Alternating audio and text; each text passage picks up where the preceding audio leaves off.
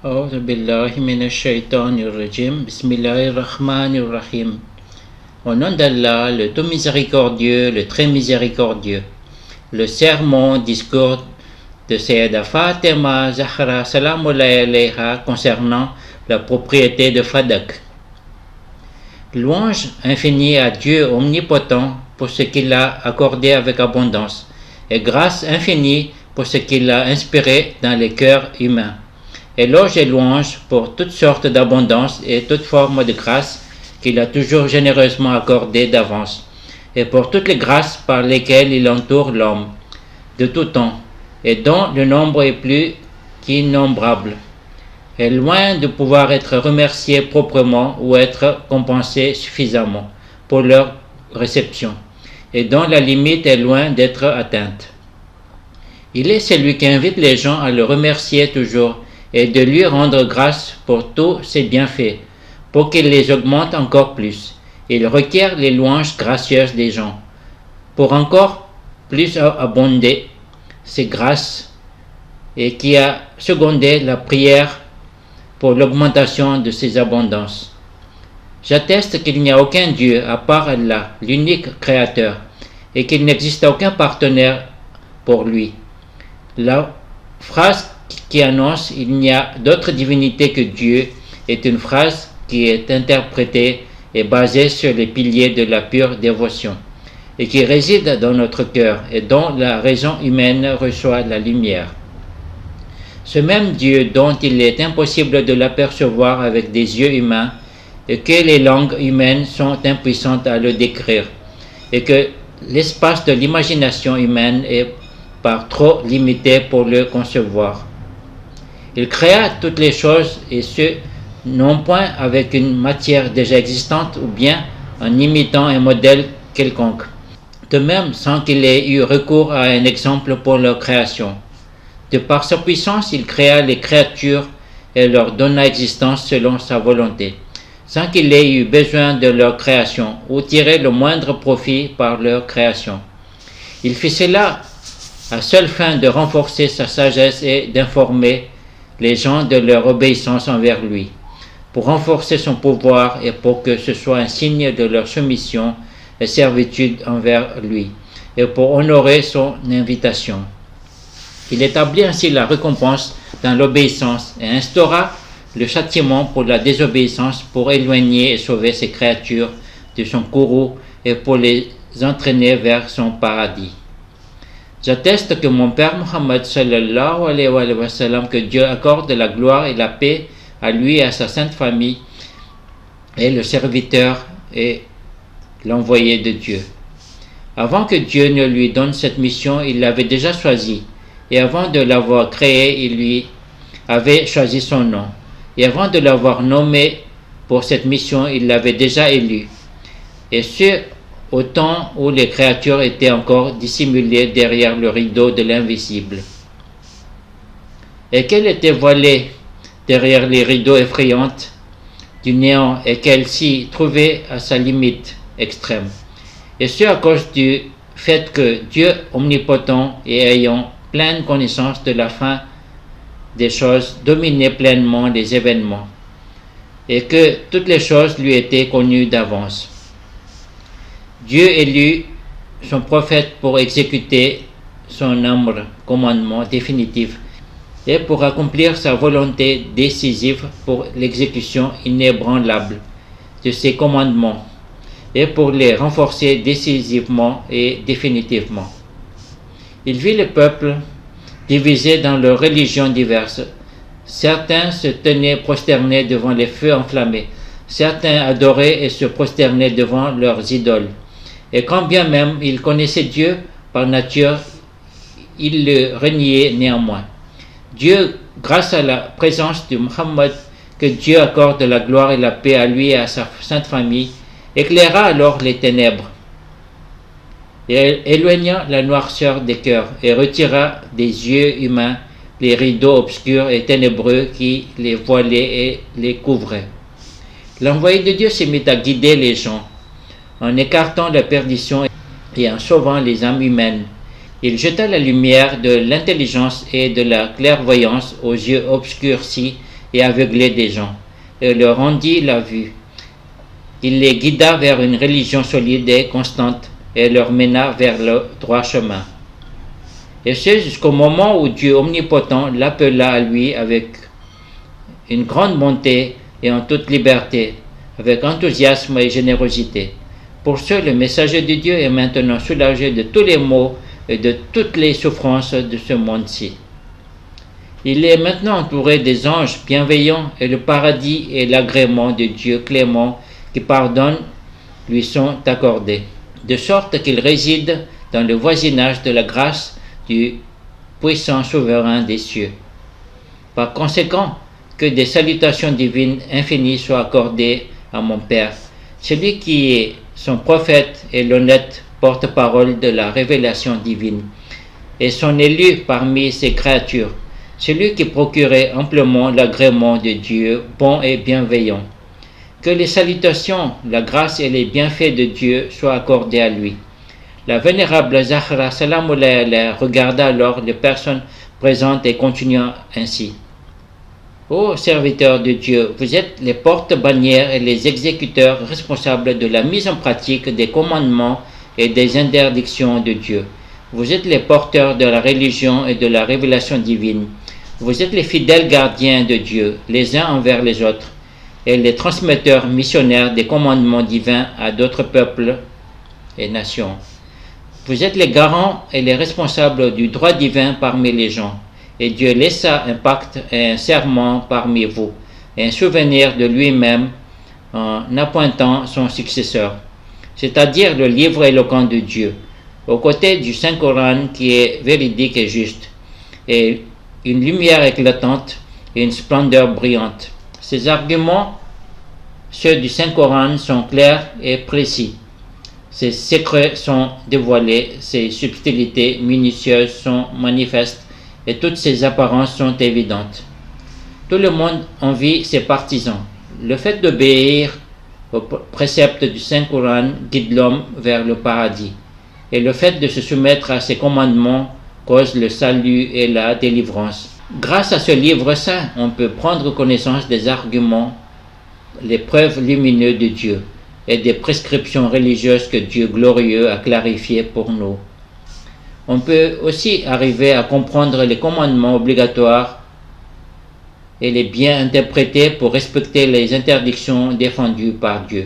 Comprendre les arguments clairs et les raisonnements ou les preuves suffisantes. Exécuter de bonnes actions surérogatoires et des actes licites que Dieu a donné la permission de les accomplir.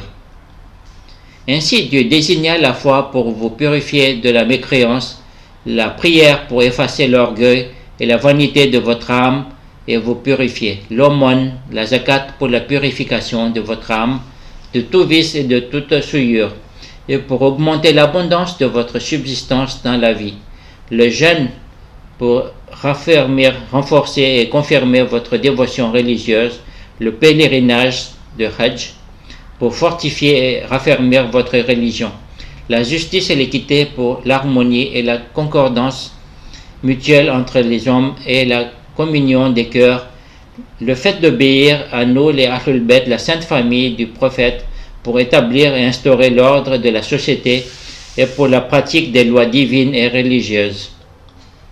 Notre imamat est notre guidée pour empêcher toute sédition, discorde et dispersion ou désordre. Le djihad pour la gloire et l'honneur de l'islam et l'avilissement des mécréants et des hypocrites, la patience et l'endurance pour attirer de justes récompenses et les mériter dûment, l'invitation au bien pour le bien commun, la bonté et la bienveillance envers le père et la mère pour rester à l'abri de la colère divine. Le fait de prendre soin des proches parents et la communion avec eux, respecter les liens de parenté pour prolonger la vie et augmenter le nombre de toutes choses, la population, la vie, les biens de ce monde-ci. Le guissas, le talion, le châtiment pour préserver la vie d'autrui et empêcher de faire couler inutilement le sang d'autrui. Le respect et l'engagement envers les repaiements des vœux pour exposer et rapprocher les gens du pardon divin.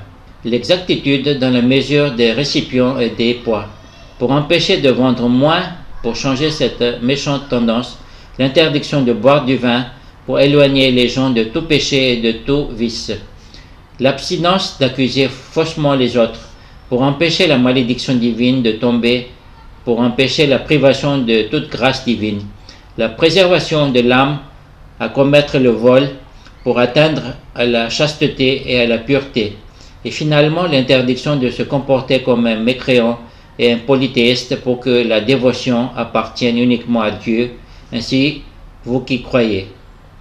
Craignez Dieu de la crainte qu'il mérite et ne mourrez qu'étant soumis à lui. Surat Al-Imran, verset 102. Obéissez Dieu pour toutes les choses qu'il vous a enjoint d'accomplir ou vous défend de commettre, car c'est ainsi que les plus savants d'entre les serviteurs de Dieu le redoutent. Surat Al-Fatir, verset 28. Elle ajoute ensuite: Ô gens, sachez que je suis Fatima salam alayhi et que mon père est Muhammad sallallahu alayhi wa sallam, que Dieu accorde la gloire et la paix à lui et à sa sainte famille. Ce que je prononce en tout premier lieu, tout comme mon dernier propos, ne sont rien d'autre qu'une seule et unique chose. Je ne profère aucune parole vaine ou erronée. Et ce que je dis est juste. De même, ce que je fais est basé sur l'axe de la droiture. Un prophète pris parmi vous est venu à vous. Le mal que vous faites lui pèse. Il est avide de votre bien. Il est bon et miséricordieux envers les croyants. Surat At-Tawbah, verset 128. Or, si vous vous reportez sur son origine et ses ancêtres, et que vous le connaissez, vous comprendrez alors qu'il était uniquement mon père bien-aimé à moi, et qu'il n'était nullement le père d'aucune autre femme de votre famille. De même, il était uniquement le frère de mon cousin, mon époux Ali ibn Abi Talib alayhi salam, et non point le frère d'aucun de vos hommes. Et combien est-il illustre et éminent, celui dont j'en suis attaché par les liens de famille, que Dieu accorde la gloire et la paix à lui et à sa sainte famille. Il fit connaître son message et le propagea à tous. Tandis qu'il avertissait les gens de sa mission prophétique, il se détournait alors des mécréants polythéistes et sépara d'eux sa voix. Il frappa et fendit leur crâne à l'aide de son épée et serra fermement leur gorge. Il invita ensuite les gens à la voix et à son Seigneur par la sagesse et de beaux conseils. Il détruisait les idoles, écrasait et reprimait les chefs jusqu'à ce qu'il pût disperser leur rassemblement et que tous se retirèrent en arrière et prirent la fuite. Ainsi les ténèbres de la nuit se dissipèrent et l'aurore de la vérité se leva finalement. Le voile se retira de la face de la juste vérité et elle apparut sous son vrai jour. Le guide religieux commença alors à parler et les hurlements, les vacarmes et les clameurs tumultueux des démons se turent. Et les épines de l'hypocrisie furent balayées. Les nœuds de l'hérésie, du schisme et de la discorde s'ouvrirent. Et vous tous prononçâtes votre profession de foi et votre pur monothéisme, tandis que des hommes au visage pâle qui observaient le jeûne se trouvaient parmi vous. Et cependant que vous, ô gens, vous étiez au bord d'un abîme de feu. Et il vous a sauvés. Surat Al-Imran, verset 103. À cause de votre situation envahissante, vous étiez proprement comme la gorgée de chaque buveur assoiffé, la bouchée de chaque mangeur, la proie de chaque créature avide et cupide, l'humble allume-feu de tout homme pressé et impatient, de sorte que vous étiez allumé et éteint en un clin d'œil. Et n'importe qui vous piétinez et vous foulez sous les pieds. Vous buviez de la même eau pourrie et souillée des fosses dont les chameaux s'y abreuvaient, et vous vous nourrissiez des peaux d'animaux et des feuilles d'arbres. Vous étiez avilis, chassés et repoussés de toutes parts, craignant de vous faire enlever par des gens. Surat Al-Anfal, verset 26. Et ce jusqu'à ce que Dieu exalté et glorieux vous envoya son messager Muhammad, que Dieu accorde la gloire et la paix à lui et à sa sainte famille, et vous sauva.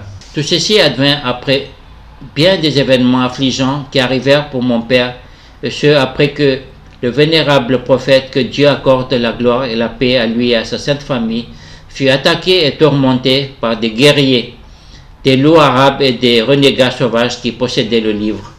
De sorte que toutes les fois qu'ils allumaient un feu pour la guerre, Allah l'éteignait. Surat Al-Maïda, verset 64. Et toutes les fois que les cornes du diable apparaissaient, ou bien qu'un dragon parmi les mécréants ouvrait sauvagement la gueule et ne voulait faire qu'à sa tête, le prophète, que Dieu accorde la gloire et la paix à lui et à sa sainte famille, envoyait son frère Ali alayhi salam à leur poursuite et le jeta dans la gueule béante du dragon. De son côté, Ali alayhi salam ne s'arrêtait jamais de combattre l'ennemi et ne revenait pas tant qu'ils n'avaient pas coupé leur tête. Il ne revenait qu'après avoir éteint le feu ennemi à l'aide de l'eau de son épée. Ali alayhi salam souffrit grandement dans les sentiers d'Allah et se donna corps et âme à la tâche d'obéir au commandement divin et s'efforça laborieusement dans cette voie. Il était le plus proche du prophète. Il était le Seigneur et Maître parmi tous les amis de Dieu. Il était toujours disponible, prêt à obéir au moindre commandement. Il conseillait dûment les gens. Il était assidûment occupé et activement diligent. Et pendant ce temps, vous vous trouviez dans le confort et viviez dans une tranquillité parfaite et prospériez dans une sécurité rassurante. Vous attendiez que des catastrophes et des calamités nous affligent et nous frappent, la famille du saint prophète. Vous attendiez impatiemment pour que de mauvaises nouvelles vous parviennent à notre sujet. Et là où il était question de vous combattre et de faire la guerre, vous préfériez vous battre en retraite. Et quand vous deviez vous trouver dans un champ de bataille, vous choisissez toujours lâchement la fuite. Lorsque Dieu choisit finalement la demeure éternelle de tous ses prophètes et la résidence de tous ses élus pour son dernier prophète, à ce moment-là, les broussailles épineuses de l'hypocrisie commencèrent à surgir et à apparaître parmi vous, et l'habit de la religion devint vieilli et usé. Ce fut alors que tous les égarés et tous les pervertis qui s'étaient tus jusqu'ici se mirent à crier, à faire du vacarme, et des inconnus vils et abjects apparurent. Le chameau des égarés et de ceux qui avaient choisi la voie de la perdition se mit à faire un grand vacarme. Il se mit à se parader avec orgueil et vanité devant vos yeux. Le diable sortit alors sa tête de sa cachette pour vous appeler à lui. Il vous trouva bien réceptif à son invitation, et vous fûtes ensorcelés par sa ruse. Il vous demanda alors de faire la sédition. Il s'aperçut combien vous étiez léger et frivole pour lui obéir corps et âme. Il vous provoqua et alluma un feu dans vos cœurs, et il vous trouva furieux et enragé. C'est le résultat au fait qu'à la place de vos propres chameaux, vous marquâtes au feu rouge d'autres chameaux qui ne vous appartenaient point, et vous cherchâtes à vous accaparer d'un abreuvoir qui n'était aucunement le vôtre. Et tout ces faits survinrent quand il n'était encore passé que peu de temps du serment d'allégeance à Gadir et Koum. Et la plaie profonde due à la terrible blessure de cette tragédie, la mort du vénérable prophète, sallallahu alayhi wa sallam, était encore toute béante, rien n'était encore cicatrisé, notre deuil n'avait pas encore pris fin, et le prophète n'était même pas encore proprement enterré. Vous vous êtes précipité et vous avez donné comme prétexte le fait que vous craigniez que des discordes et des soulèvements surviennent. Mais sachez que ne sont-ils pas tombés dans la révolte? La Jehen enveloppera sûrement les incrédules. Surat Tawbah, verset 49. Combien vous ressemblait-il peu ce comportement? Comment avez-vous pu faire une chose pareille? Que vous est-il donc arrivé? Comment donc vous laissez-vous détourner? Surah Al-An'am, verset 95. Quand en fait le livre de Dieu, le Saint-Coran, est devant vous et que bien peu de temps s'est écoulé de sa descente. Un livre dont les matières sont claires et évidentes, les instructions parfaitement lumineuses et brillantes, les signes de sa guidée apparents et éclatants, les interdictions bien évidentes et manifestes et les commandements parfaitement lucides et compréhensibles. Mais vous vous détournâtes du Saint-Coran. Désirez-vous l'ignorer et le délaisser pour de bon? Ou bien avez-vous l'intention de choisir un autre critère que le Saint-Coran pour arbitrer vos affaires? En vérité, quel mauvais échange ce serait pour les injustes, les Alimoun. Surat Al-Kahf, verset 50. Quand en fait le culte de celui qui recherche une religion en dehors de la soumission n'est pas accepté, cet homme sera dans la vie future au nombre de ceux qui ont tout perdu. Surah Al-Imran, verset 85.